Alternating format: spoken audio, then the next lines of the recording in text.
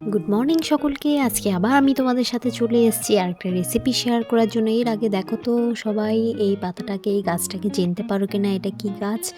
যারা জানো আমাকে কমেন্ট করে জানাবে। এটা হলো আমাদের বাড়িতে প্রচুর আছে, এটা হলো জাপানি পালং। এটা দিয়ে আজকে আমার রান্না।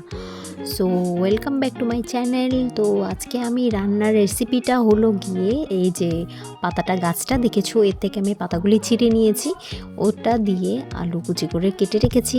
আলু দিয়ে মাছ দিয়ে রান্না করব। তোমরা দেখতেই পাচ্ছ আমি সব রেডি করে নিয়েছি। চলো শুরু করা যাক। দেখো আমি কড়াটা বসিয়ে দিয়েছি, অপোজিট পাশে একটা আমি প্যান দিয়ে দিয়েছি, যের মধ্যে আমি মাছটা ভাজা করতে হবে। মাছটা ওর মধ্যে ভাজা বসিয়ে দেব, আর এর মধ্যেও দিয়ে দেব। দুটোতেই আমি গ্যাস জ্বালিয়ে দিয়েছি, আর কড়াটার মধ্যেও আমি তরকারিটা বসিয়ে দেব। তো তেল দিয়ে দিয়েছি। তো গরম না হলে তো আমি কিছু করতে পারছি না। তো গরম হওয়ার জন্য একটু ওয়েট করতে হবে। যাও এরই মধ্যে ওয়েট করতে করতে প্যানের তেলটা গরম হয়ে গেছে। তো আমি ওটার মধ্যে মাছটা দিয়ে দিয়েছি ভাজা হওয়ার জন্য, আর কড়াটার তেলটাও গরম হয়ে গেছে। এর মধ্যে দিয়ে দিয়েছি আলুটা ভাজা হওয়ার জন্য। এর মধ্যে খানিকটা নুন দিয়ে দেব, যাতে আলুটা একটু তাড়াতাড়ি করে সেদ্ধ হয়ে যায়, তাড়াতাড়ি ভালো করে ভাজা হয়ে যায়। তো একটু নাড়াচাড়া করে আমি একটুখানি ঢেকে দেব।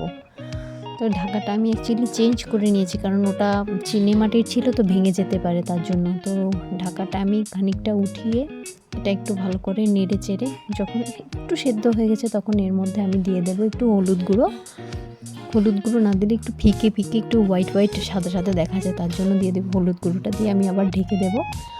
ওইদিকে মাছটাকে একবার উল্টে দিয়েছি।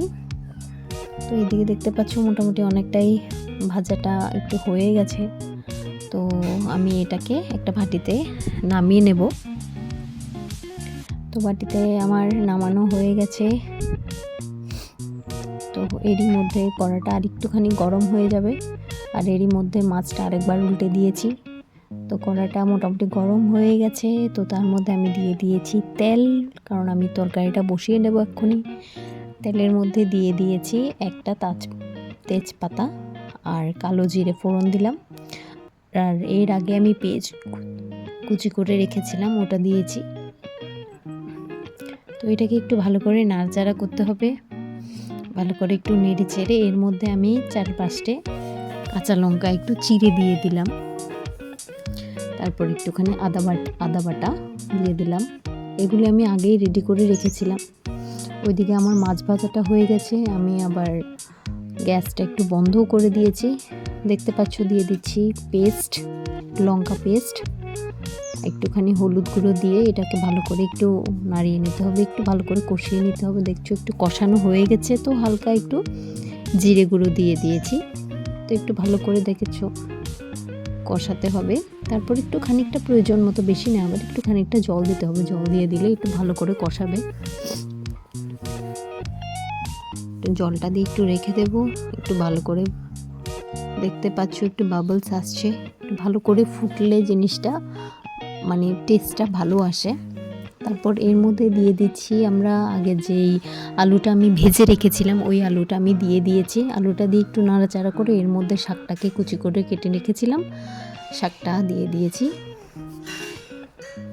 এগুলি খেতে অনেক ভালো, আমাদের বাড়িতে অনেক আছে এই শাকগুলো। আমি জানি না তোমরা কি করে খাও, অনেকজন অনেক রকমের রেসিপি আছে। তোমরা যদি অন্য রেসিপি জানা থাকে প্লিজ আমাকে একটু বলো। তো শাকটা দিয়ে কিছুটা খানিকক্ষণ নাড়াচাড়া করার পর একটু হতে হবে, একটু সেদ্ধ হওয়ার জন্য ওয়েট করব। শাকটা তাড়াতাড়ি সেদ্ধ হয়ে যায়, নরম তো পালং শাক এমনিতে একটু নরম হয়। তো সেদ্ধ হয়ে গেছে। তারপর এর মধ্যে দিয়ে দিয়েছি জল। তো জলটা দিয়ে খানিকটা একটু ওয়েট করব। টানটানা হয়ে গেছে, দেখো আমার তরকারি এর মধ্যে ফুটে গেছে, জলটা ফুটছে ভালো করে। এর মধ্যে মাছটা দিয়ে দেবো, মাছটা দিয়ে কিছুক্ষণ রাখবো। যখন একটু ভালো করে আর একটু ফুটবে, মাছটাও সেদ্ধ হয়ে যাবে। অলমোস্ট হয়ে গেছে তরকারি। এই হলো আমার ফাইনাল তরকারি লুক। দেখে বলো কেমন হয়েছে। সো আমার কাছে তো অনেকটাই ভালো লেগেছে তরকারিটা, খুবই টেস্টি। জাপানি পালং দিয়ে, এটাকে আমরা জাপানি পালং বলি, কেউ কাশ্মীরি পালং বলে। তো আমার কাছে তো খুব ভালো লেগেছে। তো তোমাদের কাছে কেমন লেগেছে? থ্যাংক ইউ সো মাচ দেখার জন্য। তোমরা